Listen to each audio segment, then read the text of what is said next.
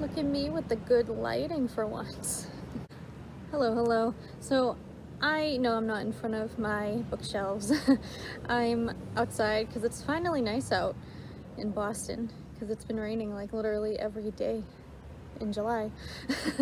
And I just wanted to make a video about this whole Simone Biles thing.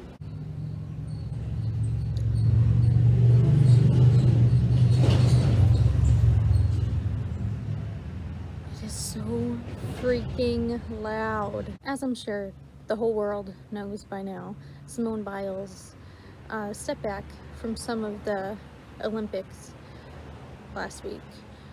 And you know what's weird is that when I first found out, it was from an article and it said Simone Biles steps back due to a medical issue.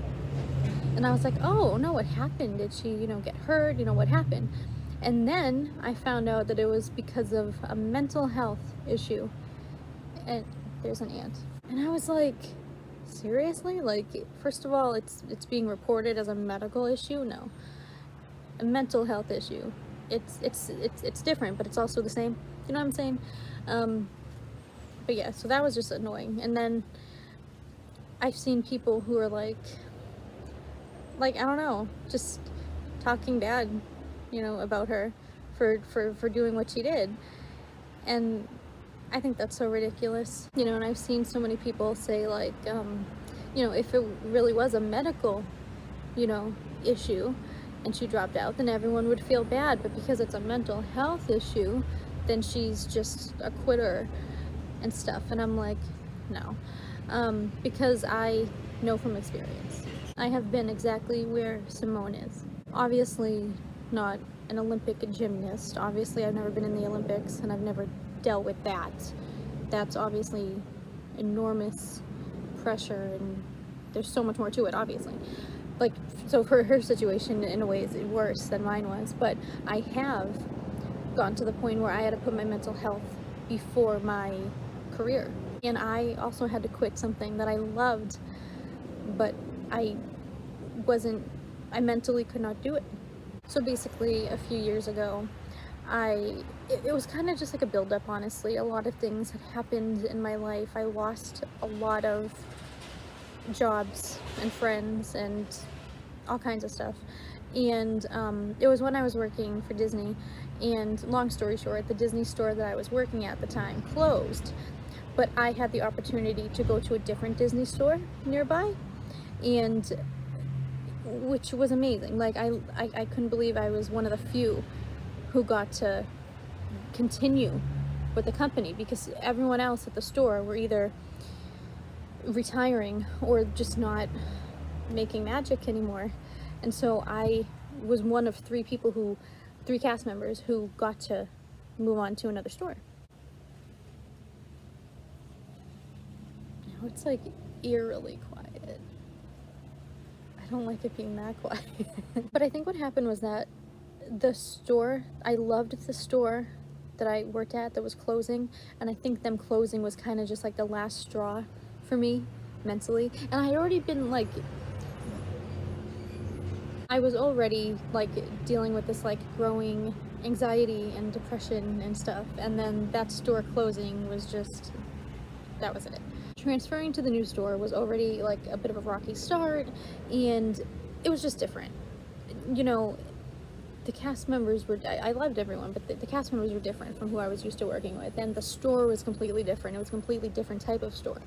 And I just wasn't, I mentally could not be the cast member that they needed me to be. So I ended up quitting the job, basically, and I was honest and upfront about it. I said, my mental health is not well enough to work right now, and they were completely understanding. It wasn't like some big deal or anything. But there's a leaf on the table and it's shaped like a heart. That is so cool. But the thing was, this now meant that I was out of work. I wasn't working, and my mental health was just declining. And I felt like I shouldn't have let it. Like, I almost felt like I gave in to my mental health and I let it win, and I, like, the opposite of what Simone should be feeling, basically. And it wasn't until actually like a month or two later that I heard this song. I'd heard it before, but I like really listened to it this time, and it completely, I could relate to it entirely, and it just took on a whole new meaning for me. The song is called Invincible by one of my favorite people, David Archuleta, and it's honestly one of my all-time favorite songs now, and it helped me so much back then, make me realize that I didn't have to be invincible. That's literally what the song says. You don't have to be invincible. And I actually want to read specific lyrics from it, because there's this one lyric that always stood out to me, and it was so helpful in me realizing that what I did was okay.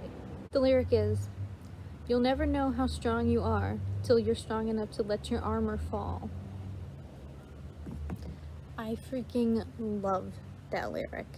It's so true, and it made me realize, wow, like, yeah, that the strongest you can be is when you know enough to put yourself first. So yeah, I don't know, I just saw like everybody talking about Simone, and I just wanted to kind of put my 2 cents in there a little bit and share my story and kind of just let Simone know she is not alone in that situation. And Simone, if you happen to see this, I highly recommend listening to that song, Invincible, because it will help you out. Not that you need the help necessarily, but I think you can relate.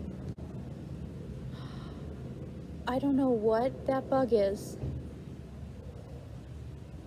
Oh my gosh, I hate this. It's gigantic and it's flying, and it landed on a vine, but it's huge. It looks like a gigantic, oh, it flew away, but that was huge, and it looked like a wasp or something. Why did I decide to film a video outside? But yeah, that's all. If you got anything out of this video, make sure you hit subscribe and hit like if you liked. I make new videos every Tuesday, and I will see you all next time.